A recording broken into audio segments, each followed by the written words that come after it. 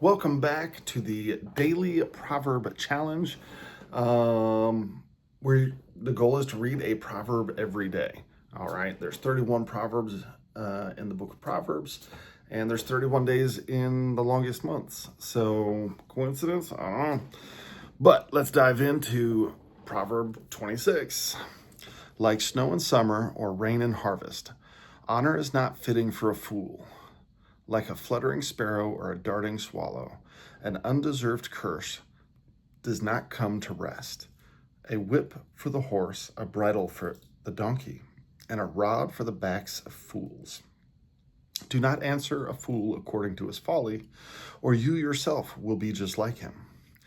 Answer a fool according to his folly, or he will be wise in his own eyes. Sending a message by the hands of a fool is like cutting off one's feet or drinking poison.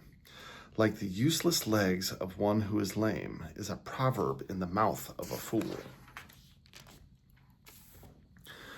Like tying a stone in a sling is the giving of honor to fools. Like a thorn bush in a drunkard's hand is a proverb in the mouth of a fool. Like an archer who wounds at random is one who hires a fool or a passerby. As a dog returns to its vomit, so fools repeat their folly. Do you see a person wise in their own eyes? There is more hope for a fool than for them. A sluggard says, "There's a lion in the road, a fierce lion roaming the streets." As a door turns on its hinges, so a sluggard turns on his bed. A sluggard buries his hand in the dish. He is too lazy to bring it back to his mouth. A sluggard is wiser in his own eyes than 7 people who answer discreetly. Like one who grabs a stray dog by the ears is someone who rushes into a quarrel not their own. Like a maniac shooting flaming arrows of death is one who deceives their neighbor and says, "I was only joking." Without wood, a fire goes out. Without a gossip, a quarrel dies down. As charcoal to embers and wood to fire, so is a quarrelsome person for kindling strife. The words of a gossip are like choice morsels. They go down to the inmost parts. Like a coating of silver dross on earthenware are fervent lips with an evil heart. Enemies disguise themselves with their lips, but in their hearts they harbor deceit. Though their speech is charming, do not believe them, for 7 abominations fill their hearts. Their malice may be concealed by deception, but their wickedness will be exposed in the assembly. Whoever digs a pit will fall into it. If someone rolls a stone, it will roll back on them. A lying tongue hates those it hurts, and a flattering mouth works ruin. Wow. So these ones got a little bit more direct, but there is some nuance to some of these. There's one that stuck out to me that actually took me a long time to try to unpack. Is verse 4 and 5. Do not answer a fool according to his folly, or you yourself will be just like him. Answer a fool according to his folly, or he will be wise in his own eyes. So it's saying if you interject with a fool to try to correct him, then you're going to fall into this argument trap, right? But then the very next line says, you better answer this fool, otherwise he'll think he's wise in his own eyes. And I think the whole point of this kind of 360 degree on the same topic is really that there's no good answer, right?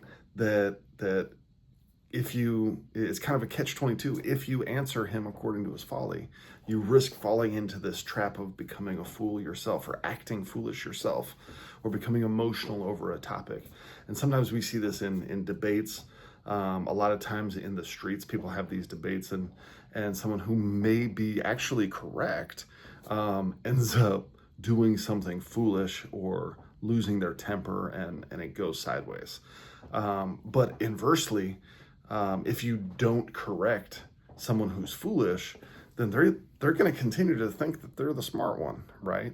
So it's kind of a warning that be careful when and where and how you interject in communicating with someone who's foolish.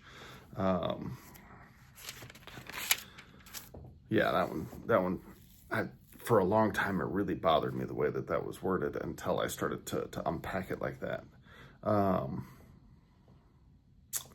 And then down on 16, a sluggard is wiser in his own eyes than 7 people who answer discreetly.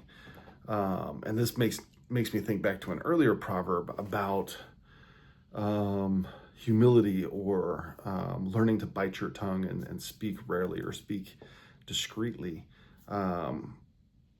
Because the goal with wisdom isn't to walk around and be like, I'm wise and you should listen to me. More than anything, it's about self-control, which I talked about earlier. That self-control is really what allows us the ability to appear wise. And so to a fool, they think that, hey, those people, they gave you an answer in private. I'm going to be public, and I'm going to say it in a way that makes me sound smarter than I actually am. And yeah, so do we really like that guy? Like when we think of the guy who has to be right and is always aggressive in his delivery, I know I don't typically like being around people like that. So if I become someone like that, that's probably not a good sign. So anyway, what did I miss? What was something that stuck out to you? Greatly appreciate this journey you guys are coming on with me. I hope you're getting just as much out of these Proverbs as I do. Leave a comment, like, share, subscribe, all that YouTube stuff. And we will talk to you soon. Bye.